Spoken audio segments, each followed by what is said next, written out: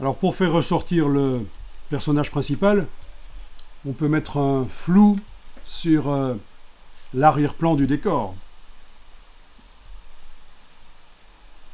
On peut mettre un flou sur l'arrière-plan du décor, on va le voir, ça peut être intéressant de mettre du flou. Il y a différentes manières de le faire, plus ou moins complexes, plus ou moins réalistes. Je vais vous montrer une méthode qui est facile à faire, pour un débutant c'est bien. Alors le calque 0, je vais mettre un filtre de flou sur lui, mais j'ai pas envie de ne pas pouvoir modifier par la suite, je veux pouvoir modifier par la suite en fait. Donc je vais d'abord le transformer en objet dynamique. On l'avait fait pour l'ours.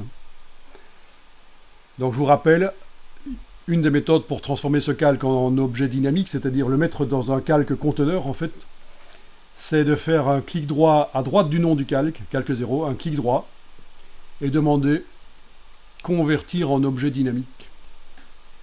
Et là vous voyez cette petite icône spéciale qui indique que vous avez affaire à un objet dynamique.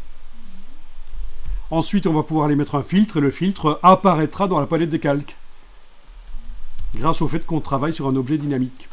Allez-y, filtre, flou gaussien, par exemple. C'est le flou le plus basique, en fait.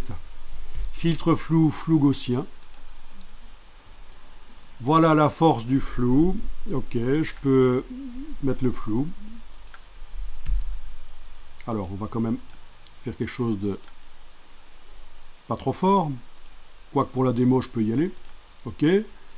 Donc dès que vous cliquez sur OK dans le flou, il apparaît dans la palette des calques en tant que filtre dynamique.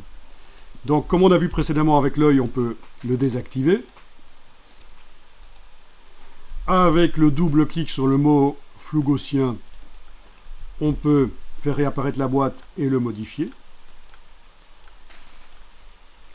Et alors quelque chose qu'on n'a pas vu, c'est la manière de faire en sorte que sous le sol de l'ours, il n'agisse pas, mais progressivement, plus on s'éloigne vers l'horizon, plus ça devient flou.